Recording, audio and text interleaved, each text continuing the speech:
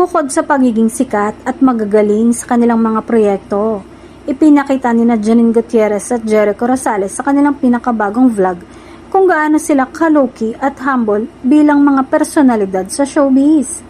Sa bawat eksena, ramdam na parehong approachable at down-to-earth ang dalawa, na walang iniipon na ego o pagpapakita ng pagiging celebrity. Hindi nila kailangan ng malakihang production o ostentatious na gestures para makuha ang atensyon.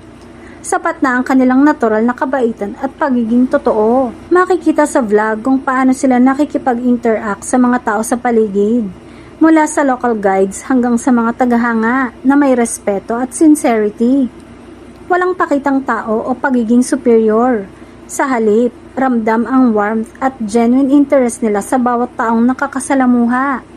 Ang ganitong behavior ay nagpapakita ng kanilang humility at inclusivity. At malinaw na kaya nilang makisalamuha sa iba kahit pasikat at busy. Bukod dito, halatang bukas ang kanilang pananaw sa diversity at respeto sa kultura ng iba. Walang hints ng discrimination. Sa halip, ipinapakita nila na kahit sino ay welcome at mahalaga. Para sa maraming viewers, ito ay nakaka-inspire at nagbibigay ng magandang halimbawa kung paano dapat maging humble at magpakita ng respeto sa lahat. Ang vlog ng magjowa ay hindi lamang nakakaaliw at visually appealing. Ito rin ay nagtuturo ng aral na sa kabila ng katanyagan, ang pagiging mabuting tao at respeto sa kapwa ang tunay na sukatan ng karakter.